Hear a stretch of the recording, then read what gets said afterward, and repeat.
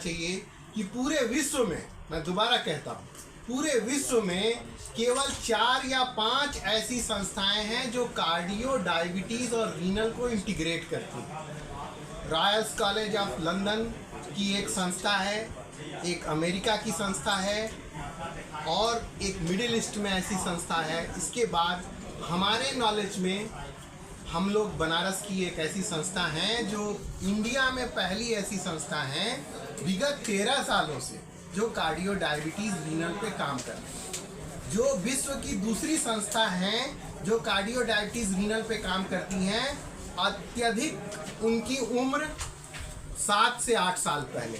आप ये समझ सकते हैं कि एक ये फ्यूचरिस्टिक सोच है जिसमें कार्डियो, डायबिटीज़, रीनल को इंटीग्रेट करने की बात कही जा रही है और ये हम लोगों ने 13 साल पहले सोच लिया था और इसके हिसाब से इस संस्था का निर्माण किया। इस संस्था में हम लोगों ने डॉक्टरों को एक मंच पे बिठाया और इन डॉक्टरों को आपस में बात करके मरीजों के प्रति जो इलाज में और सहूलियत हो सकती है इसके बारे में हम लोगों ने निरंतर प्रयास किया। इसी कड़ी में हम लोग कॉन्फ्रेंस कहाँ पे होगी? ये कॉन्फ्रेंस BHU में हम लोग कर रहे हैं। मालवीय जो नया मालवीय सेंटर बना है ह्यूमन एंड एथिक्स का, उस सेंटर में हम लोग कर रहे हैं। लगभग 250 की कैपेसिटी है वहाँ की। और इस कॉन्फ्रेंस में हम लोग विभिन्न वर्कशॉप भी कर रहे हैं।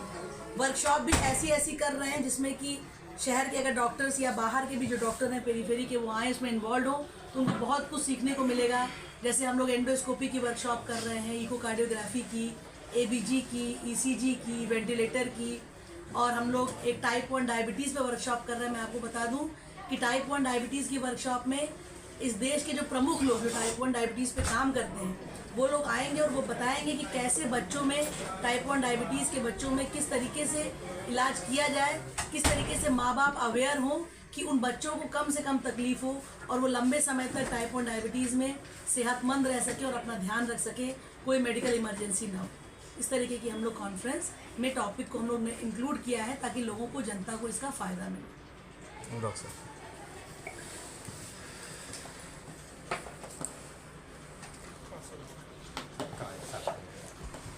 बनारस में काशी का आतिथ्य स्वीकार करने के लिए आ रहे हैं, बाबा विश्वनाथ के दर्शन के लिए आ रहे हैं और बनारस में हुए बदलाव को देखने के साथ आ रहे हैं।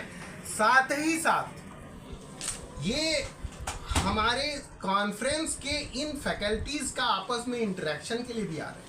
ये एक बहुमूल्य समय होता है जब हम लोग आपस में बैठकर विचार करते हैं कि क्या और नया किया जा सके। इसी कड़ी में हमारे यहाँ इस बार जो हम लोगों ने चीज़ें रखी हैं उसमें से प्रमुख जो बातें हैं, ये एक दिशा जो ट्रीटमेंट का बदल रहा है वो धीरे धीरे एक नया आयाम स्थापित करेगा। वो क्या हो सकता है, हम चाहेंगे कि आप सभी लोग इसको प्रमुखता से अपने अपने अखबारों में इसको कवर करें।